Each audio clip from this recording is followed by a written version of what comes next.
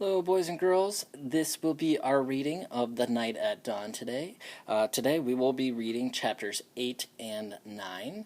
And just to give us a quick little recap of what happened in chapters 6 and 7, remember Jack and Annie were kind of being chased through the castle. They escaped from the guards. They had never seen a flashlight before, so they were terrified of it. Maybe they thought it was like a lightsaber or something from Star Wars. Who knows? But they were absolutely terrified. Jack and Annie escaped, and then once they got to a storeroom, they figured out that there was an escape door, or a trap door that they could get out of, and it led to the precipice, okay? And we weren't necessarily sure what a precipice was, but if you looked it up, it is a big rock wall that hangs... or that's there for protection. It's kind of like a big building or a big wall for protection, okay? So it was hovering over the moat, and then Jack, he splashed. He fell down and he landed in the moat, okay? So starting with chapter 8, it says, The Night. Water filled Jack's nose and covered his head. His glasses fell off. He grabbed them just in time. He coughed and flailed his arms. "Jack!" Annie was calling from above. "I'm in the moat," said Jack, gasping for air. He tried to tread water and put his glasses back on. With his backpack, his shoes, and his heavy clothes, he could hardly stay afloat. Splash! "Hi, I'm here," Annie sputtered. Jack could hear nearby, but he couldn't see her. "Which way's land?" Annie asked. "I don't know. Just swim." Jack dog-paddled through the cold, black water. He heard Annie swimming, too. At first, it seemed as if she was swimming in front of him, but then he heard a splash behind him. "Annie?" he called. "What?" Her voice came from in front, not behind. Another splash. Behind. Jack's heart almost stopped. Crocodiles. He couldn't see anything through his water-streaked glasses. "Annie!" he whispered. "What?" "Swim faster!" "But I'm here! I'm over here, near the edge," she whispered. Jack swam through the dark and toward her voice. He imagined a crocodile slithering after him. Another splash, not far away. Jack's hand touched a wet, live thing. "Ah!" he cried. "It's me! Take my hand," said Annie. Jack grabbed her hand. She pulled him to the edge of the moat. They crawled over an embankment onto the wet grass. Safe. Another splash came from the moat waters. "Oh, man," Jack said. He shivered all over. His teeth were chattering. He took the water off his glasses and put them back on. It was so misty he couldn't see the castle. He couldn't even see the moat, much less a crocodile. "We made it?" said Annie. Her teeth were chattering, too. "I know," said Jack, "but where are we?" He peered at the foggy darkness. Where was the drawbridge, the windmill, the hothouse, the grove of trees, the tree house? Everything had been swallowed up by the thick, soupy darkness. Jack reached into his wet backpack and pulled out the flashlight. He pushed the switch. No more light. They were trapped, not in a dungeon, but in the still, cold darkness.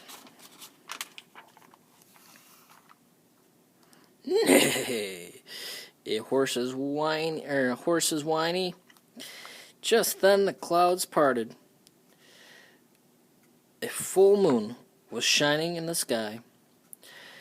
A pool of light spread through the mist. Then Jack and Annie saw him just a few feet away. The Knight.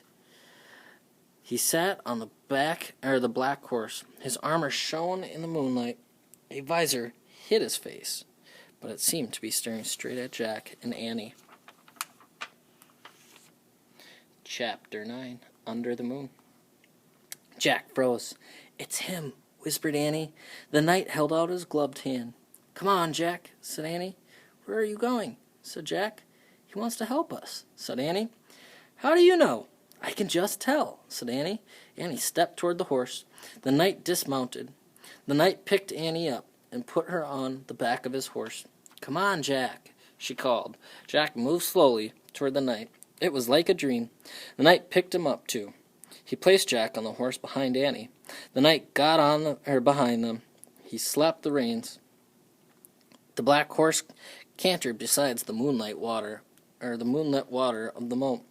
Jack rocked back and forth in the saddle. The wind blew his hair. He felt very brave and very powerful. He felt as if he could ride forever on this horse with this mysterious knight. Over the ocean, over the world, over the moon, a hawk shrieked in the darkness. "There's the treehouse," said Annie. She pointed toward a grove of trees. The knight steered the horse toward the trees. "See, there it is," Annie said, pointing to the ladder. The knight brought his horse to a stop. He dismounted and helped Annie down. "Thank you, sir," she said, and she bowed. Then Jack, "Thank you," he said, and he bowed also. The knight got back on his horse. He raised his gloved hand.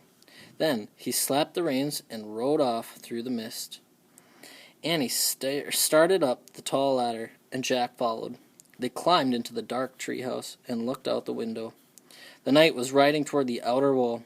They saw him go through the outer gate. Clouds started to cover the moon again.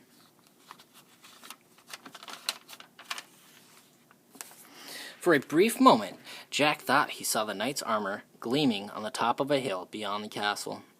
The clouds covered the moon completely, and a black mist swallowed the land.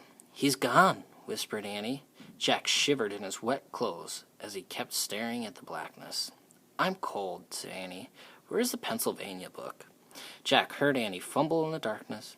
He kept looking out the window. "I think this is it," said Annie. "I feel a silk bookmark."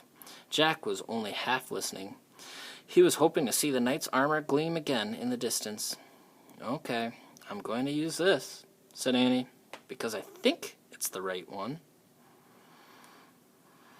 "Here goes. Okay, I'm pointing. I'm going to wish. I wish we could go to Frog Creek." Jack heard the wind begin to blow, softly at first. "I hope I pointed to the right picture in the right book," said Annie. "What?" Jack looked back at her. "Right picture? Right book?" The treehouse began to rock. The wind got louder and louder. "I hope it wasn't the dinosaur book," said Annie. "Stop!" Jack shouted at the treehouse. Too late. The treehouse started to spin. It was spinning and spinning. The wind was screaming. Then suddenly there was silence. Absolute silence. All right, that does it for Chapter 9. Okay, so if you're following along in our blue packet, we are still working through. We just got done with Chapters 8 and 9. Okay, so it says, what do you think there was anything else, or do you think there was anything else swimming in the water when Jack and Annie were crossing the moat, or was it their imaginations? Okay, so just a quick sentence prompt for you. You could say, I think. Maybe you just want to say, I think it was their imaginations. That's okay. But maybe you had something else in mind. Maybe you thought it was a different animal than a crocodile. Or maybe you do think it is a crocodile. But start your sentence off with, I think, and then finish your complete thought, okay? So we'll have a capital. Our words are going to make sense, and then we will have a period at the end, okay? And then you can draw a picture to go with your journal prompts, all right? So that does it for Chapters 8 and 9. Join me tomorrow for Chapter 10 and the end of the book.